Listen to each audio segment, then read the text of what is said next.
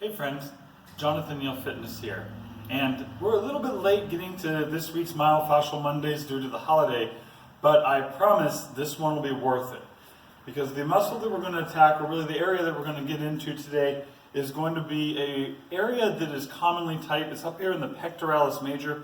This is one of the key contributing factors to that whole rounding or protraction of the shoulders forward, as the pec major that attaches to the sternum and up to the humerus up here gets really tight. It pulls that humerus down and internally rotates it, giving us that kind of rolled in, almost kind of monkey look there that we don't obviously really want. So what we want is to be able to get ourselves back, especially if we spend a lot of time sitting in desks and other stuff like that, and I know we all do, whether it's in the car, the desk, at the lunch table. We all spend a lot of time working on things in front of us. So this is going to be an area that pretty much everyone's going to want to look at. So I got my ball here, just a standard lacrosse ball. As always, you could use a tennis ball or really any other kind of ball that's firm enough to get in there. But let's look at how we're going to do this. So I have you set up a little bit differently today, because what we're going to use is this corner of the wall here. And really simply put, I'm going to put this ball in the corner. Now I like to kind of keep a hand on it just in case, because we don't want it to roll off the side and you just smack into the wall right here. But I am going to get it pretty close to the corner of the wall on this side here. I do want to make sure that instead of letting this arm hang down and stay in that internal rotated state and stay in that same state, we're going to actually open it up. So I'm going to get this arm, my left arm here, I'm going to bring it up onto the wall so that I have a bit of a stretch across that pec already. And then I'm going to take the ball, I'm going to place it. I usually go just about kind of in this upper corner. So we really want to be careful that we're not, if you notice this line right here, not going into the shoulder, the deltoid, really right about in here. So we're getting that kind of meat of the pec up in that top corner right there is where I usually find most of these little knots. So I'm going to get this here, and I'm basically just going to lean. I'm going to get my feet, I don't think you can see them there, but I'm going to get my legs in kind of a lunge stance. That's really less important. It's more about what allows you to really press some weight into the ball while still having control. Now again, I do this a lot, so I feel pretty comfortable just leaning into it, and I can really feel it.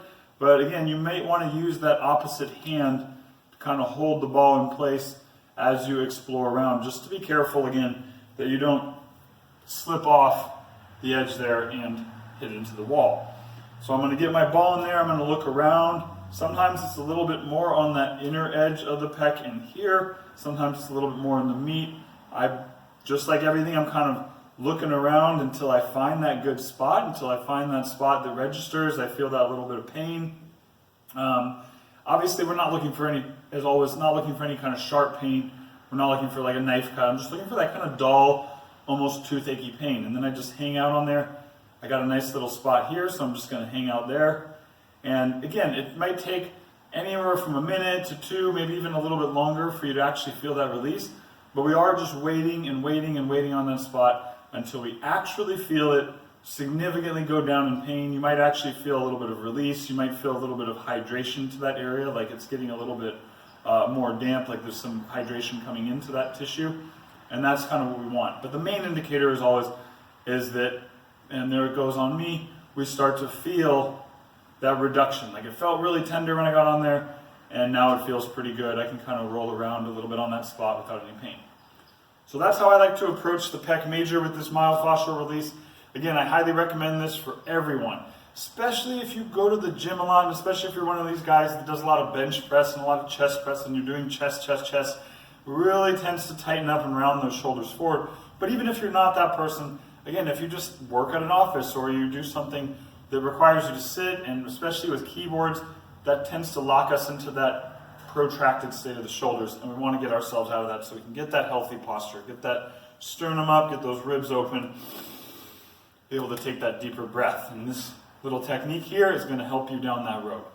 So I hope you found this useful. I hope this has been helpful to you. I hope you can implement this technique to help get those ribs open, get those shoulders back, feel a lot better, move a lot better, and be a lot healthier. If you like this kind of content, please go ahead and click like. And if you would like to continue to see more of it, of course, there's that subscribe button down there.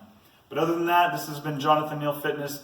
I really, truly appreciate you being here and really absorbing this information. It is valuable, it is helpful, so please also implement it.